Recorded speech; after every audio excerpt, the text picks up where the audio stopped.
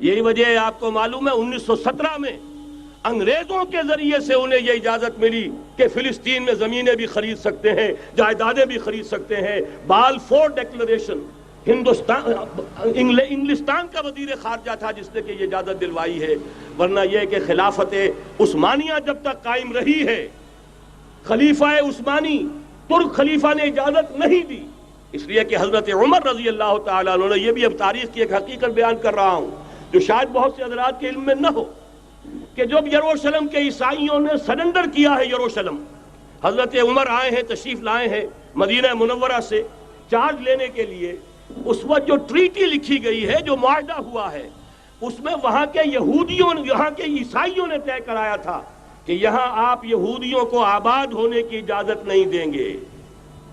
یہودی آ سکتا ہے، زیارت کر سکتا ہے، اپنے مقامات مقدسہ کو آ کر دیکھ سکتا ہے، یہاں آباد نہیں ہو سکتا۔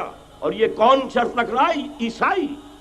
اس وقت تک عیسائیوں کی دشمنی یہودیوں کے ساتھ اس درجے میں تھی، اور یہی حضرت عمر رضی اللہ تعالیٰ عنہ کی وہ شرط تھی کہ سلاطین عثمانیہ، خلفاء عثمانیہ نے بھی، حالانکہ یہودیوں نے بڑی سے بڑی رشوت دینے کی کوشش کی ہے، سلطان عبدالحمید خان کو یوں سمجھیے کہ سیم و زر سے خریدنے کی کوشش کی ہے، لیکن اس کے باوجود ان کا کہ جو فیصلہ حضرت عمر کر گئے تھے، جو کمٹمنٹ رضی اللہ تعالی عنہ ان کی ہے، میں اس سے سرے منہ انحراف نہیں کر سکتا۔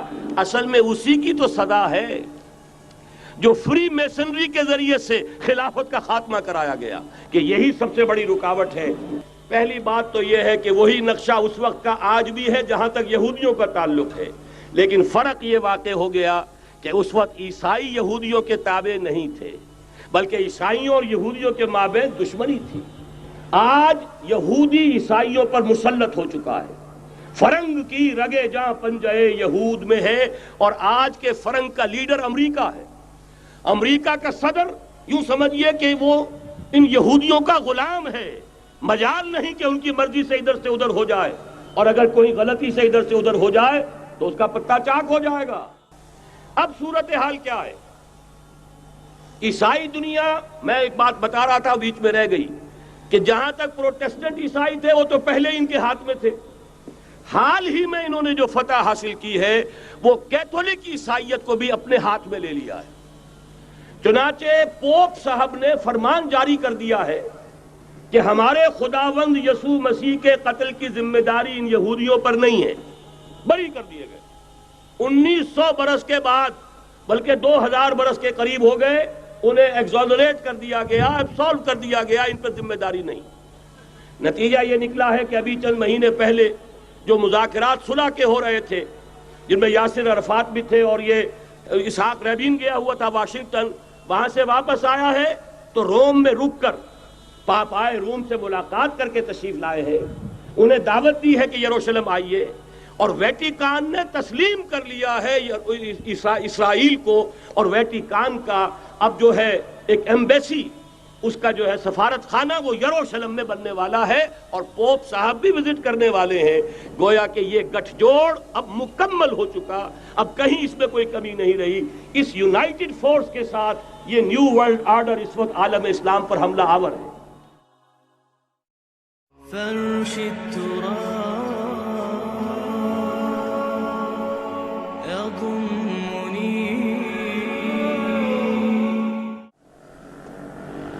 آج بھی new world order, Jew world order, در حقیقت یہود کی ریشہ دوانی، در حقیقت زائنسٹ موومنٹ تقریباً 100 برس پہلے جو شروع ہوئی، اس سے بھی 125 برس پہلے آرڈر آف دی ایلومیناٹی، وہ آرڈر آف دی ایلومیناٹی 1776 میں قائم کیا گیا تھا، یہودیوں کی سازش، وہ آج تک چل رہی ہے۔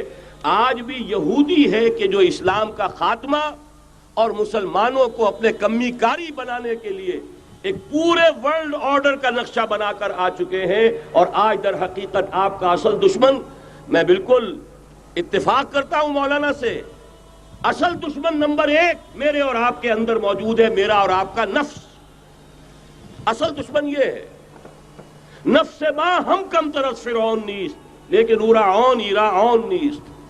اور دوسرا خارجی دشمن سب سے بڑا یہودی، لیکن یہ کہ اس وقت کے اور اس وقت کے حالات میں ایک بڑا فرق واقع ہوا ہے۔ آج یہودی عیسائی پر مسلط ہو چکا ہے، یہودیوں نے پورا عالم عیسائیت فتح کر لیا ہے، آج پورا عالم عیسائیت یہودیت کا اعلی کار بن چکا ہے۔ چنانچہ پہلے تو ایک ہی بات تھی، یہ تو تقریباً 300-400 سال قبل ہو چکا، کہ west white Anglo Saxon protestants یہ تو اعلی کار بن گئے تھے آج سے صدیوں پہلے، انہی کے ذریعے سے یورپ کے اندر انہوں نے سود کی اجازت حاصل کی، انہی کے ذریعے سے یہ ساری فحاشی اور یہ ساری عریانی کا جو بازار گرم کیا، یہ در حقیقت آزاد خیالی، لبرلزم، حریت فکر، حریت عمل، میں آزاد ہوں، میں ننگا جانا چاہتا ہوں بازار میں، آپ کون ہوتے روکنے والے؟ آپ اپنی آنکھیں بند کر لیں، ہم آزاد ہیں، ہم دو مرد ہیں، شادی کرنا چاہتے ہیں، شوہر اور بیوی کی حیثیت سے رہنا چاہتے ہیں، آپ کون اعتراض کرنے والے؟ یہ سارا یہود کی سازش، اور آپ کو معلوم ہونا چاہیے جب تک پوپ کا کنٹرول تھا یورپ پر، یعنی ابھی کیتھولک جو عیسائیت ہے وہ غالب تھی، اس وقت تک پورے یورپ میں سود حرام تھا، کہیں انٹرسٹ کا کاروبار نہیں ہو سکتا تھا۔ یہ پروٹیسٹنٹس کے ذریعے سے اس کی اجازت حاصل کی، نتیجہ یہ نکلا، علامہ اقبال شاعر مشرق اس صدی کے آغاز میں گیا تھا یورپ، اور وہاں جا کر اس نے دیکھ لیا تھا فرنگ کی رگے جہاں پنجے یہود میں ہے۔ معاشی اعتبار سے یہودیوں نے پورے یورپ کے اوپر اپنا تسلط قائم کر لیا تھا، اور یہ یہودی کون تھے؟ Rothschilds, Goldsmiths. بہرحال مجھے جو دوسری بات کہنی تھی وہ یہ کہ یریدون لیطفئوا نور اللہ بافواہہم، اس وقت بھی یہودی تھا، آج بھی یہودی ہے، لیکن فرق یہ واقع ہوا ہے کہ اس وقت یہودی کے کنٹرول میں عیسائی نہیں تھے، بلکہ 1200 برس تک یہودیوں کے اوپر ظلم و ستم بلکہ ہوتا رہا عیسائیوں کے ہاتھوں، پورے یورپ میں پرسیکیوٹڈ تھے۔ انہیں اگر کہیں سہارا ملا مسلمانوں کے ذریعے سے اسپین میں ملا ہے۔ بن گوریان نے خود لکھا اپنی کتاب میں کہ ڈیورنگ دی ڈائسپورا، یہ ہمارا جو انتشار کا دور ہے 70 عیسوی سے جو شروع ہوا تھا، اس ڈائسپورا کے دوران our golden period is the period of Muslim Spain، ہمارا سنہری دور وہی ہے جو مسلمان ہسپانیہ کا دور ہے۔ انہیں آرام ملا، انہیں پروٹیکشن ملی، انہیں عیش ملے، اور وہیں سے انہوں نے عیسائیت کے اندر نقب لگا کر اور وہاں سے اپنے راستے پیدا کیے، اور دوسرا کام یہ کیا، عیسائیوں کی عداوت کا رخ اپنی بجائے مسلمانوں کی طرف کر دیا۔ یہ ہے ہوشیاری، یہ ہے چالاکی۔ دشمنی تو ہے، اور دشمنی کے جذبات کو ادھر کی بجائے ادھر کر دو۔ انگریز کیا کر کے گیا تھا ہمارے ساتھ؟ یہ کشمیر کا مسئلہ کیوں پیدا ہوا؟ انگریز نے 200 برس یا کہیں 100 برس ہندوستان پر حکومت کی تھی، اور سابق حکمران کے خلاف نفرت ہوتی ہے۔ جب کوئی قوم آزاد ہوتی ہے اپنے سابق حکمرانوں کے خلاف نفرت ہوتی ہے۔ اس نفرت کو روکا کہ ان کی آپس میں نفرت کے لیے کشمیر کی ہڈی ڈال جاؤ، آپس میں لڑتے رہیں، آپس میں لڑتے رہیں، ہمارے سے ہماری طرف دوستی کا ہاتھ وہ بھی بڑھائیں یہ بھی بڑھائیں۔ یہ بہت بڑی سازش تھی، ایسے ہی نہیں ہو گیا تھا، جان بوجھ کر مسئلہ پیدا کیا گیا کہ یہ پاکستانی بھی ہمارے دوست رہیں، کامن ویلتھ میں رہیں، یہ ہندوستان بھارت بھی ہمارا دوست رہے، کامن ویلتھ میں آپس میں لڑیں، دشمنی کا جتنا جذبہ ہے وہ آپس میں طے کر لیں، باقی ہمارے لیے دوستی ہی دوستی رہ جائے۔ بین ہی یہ کام یہود نے کیا عیسائیوں کا، جو کہ حضور کے زمانے میں اقربہم مودۃ للذین آمنوا، جو قریب ترین تھے محبت کے اعتبار سے، جن کے قرب کی ایک مثال یہ ہے کہ نجاشی رحمہ اللہ ایمان لے آئے، جن کے قرب کی ایک مثال یہ ہے وہ وفد آیا تھا عیسائیوں کا، وَإِذَا سَمِعُوا مَا أُنزِلَ إِلَى الرَّسُولِ تَرَىٰ أَعْيُنَهُمْ تَفِيضُ مِنَ الدَّمْعِ، جب انہوں نے قرآن سنا ان کے آنکھوں سے آنسوؤں کی ندیاں روانہ ہو گئیں۔ جن کی ایک مثال یہ کہ مقوقس شاہ مصر، اس نے حضور کے ایلچی کا اعزاز کیا تھا اور وہاں سے ہدیے بھیجے تھے۔ جن کے قریب ہونے کی ایک نشانی یہ ہے کہ ہرقل چاہتا تھا کہ مسلمان ہو جائے، لیکن بس یہ کہ وہ حکومت اور سلطنت پاؤں کی بیڑی بن کر پڑی رہ گئی، چاہتا تھا پوری سلطنت مسلمان ہو جائے، جیسے کبھی پوری سلطنت عیسائی ہو گئی تھی کانسٹنٹائن کے زمانے میں۔ یہ کام ہو نہیں سکا، محروم رہ گیا۔ اس قدر قریب تھے یہ نصارہ محمد الرسول اللہ والذین معہ کے، لیکن یہ کہ آپ کو معلوم ہے 10ویں صدی عیسوی کے بعد سے وہ نفرت کا دھارا صلیبی جنگوں کی شکل میں عالم اسلام پر ٹوٹ پڑا. اور اس کے بعد حال ہی میں جو فتح انہوں نے حاصل کی، نوٹ کر لیجئے کہ جہاں تک پروٹیسٹنٹ مذہب کا تعلق ہے وہ تو پہلے سے ان کی جیب میں تھا. یہ ویسٹ کا لفظ آپ نے پڑھا ہوگا اور اخبارات میں آتا رہا خلیج کی جنگ کے دوران. ویسٹ پہ ایک تو کہتے ہیں یہ بھیڑ جو کاٹ جاتی ہے منہ سوج جاتا ہے، ایک یہ ویسٹ مخفف ہے. وائٹ اینگلو سیکسن پروٹیسٹنٹس، سب سے پہلے یہود نے انہیں شکار کیا، اپنا اعلی کار بنایا. یہی وجہ ہے آپ کو معلوم ہے 1917 میں انگریزوں کے ذریعے سے انہیں یہ اجازت ملی کہ فلسطین میں زمینیں بھی خرید سکتے ہیں، جائیدادیں بھی خرید سکتے ہیں. بالفور ڈیکلریشن انگلستان کا وزیر خارجہ تھا جس نے کہ یہ اجازت دلوائی ہے.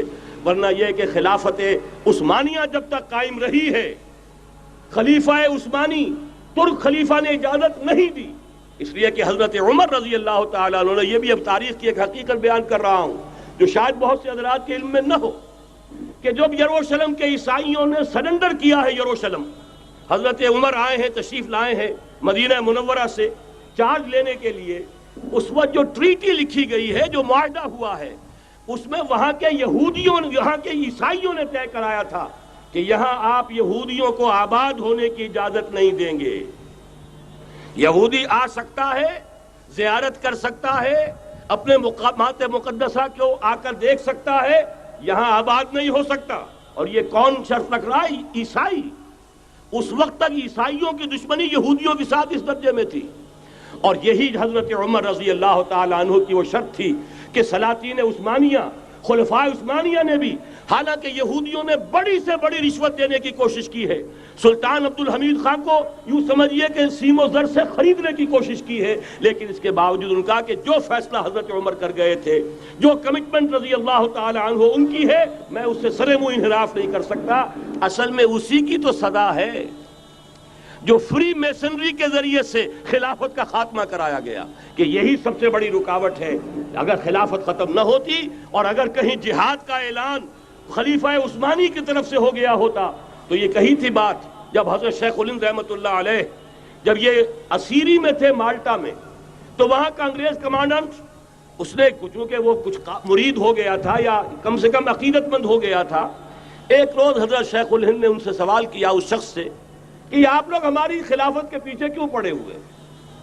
یہ تو بیمار، تم خود کہتے ہو یورپ کا مرد بیمار ترکی، آپ کو کیا ڈر ہے اس سے؟ آپ کیوں اس بیچاری خلافت کے در پہ ہیں؟ اس شخص نے جواب دیا تھا، مولانا اتنے بھول پن کے ساتھ بات نہ کیجئے، ہم بھی جانتے ہیں، آپ بھی جانتے ہیں، اگر کہیں خلافت عثمانیہ کی طرف سے جہاد کا اعلان ہو گیا تو پورے عالم اسلام سے لاکھوں مسلمان اپنے سروں سے کفن باندھ کر نکل آئیں گے.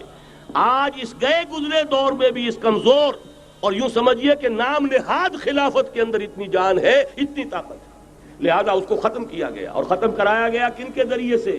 وہ جو مسلمان کہلاتے ہیں تھے فری میسن، مصطفیٰ کمال پاشا فری میسن، اور اس کے ذریعے سے انہوں نے سارے کام جو کروائے وہ در حقیقت اپنے سازشوں کے ذریعے سے اور مسلمانوں کو استعمال کر کے کروائے. بہرحال بات لمبی ہو رہی ہے.